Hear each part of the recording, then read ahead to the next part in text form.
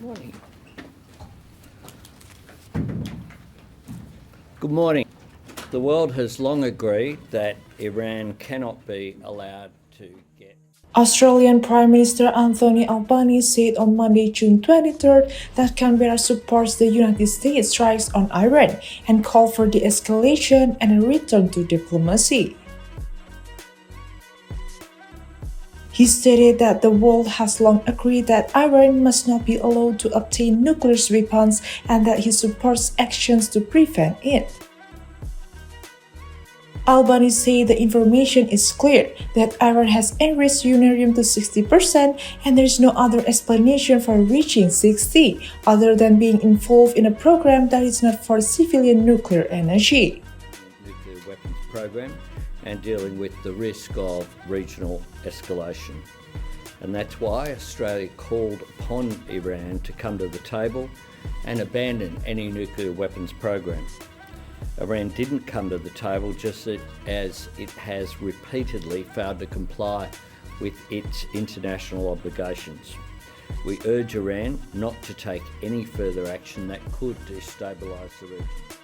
The International Atomic Energy Agency, the U.S. nuclear watchdog that inspects Iran's nuclear facilities, reported on May 31st that Iran had enough uranium enriched to 60%, which, if further enriched, could be used for non-nuclear weapons.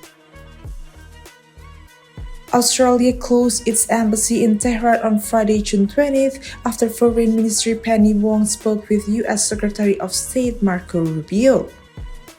The situation in Iran is very distressing for Australians. We have over 3,000 Australians and their families who have registered with us as seeking to leave, and obviously airspace remains closed. We have deployed people to the Azerbaijani border in the event that more Australians are able to exit through that border. The information has been clear.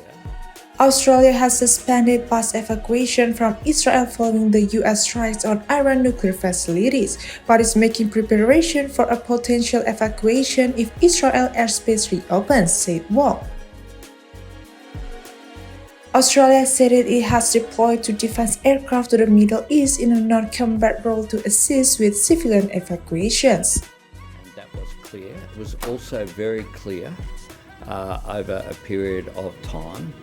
And as early as a week ago, of course, at the G7, when President Trump left the G7, made it clear that Iran had an opportunity to comply. They chose not to.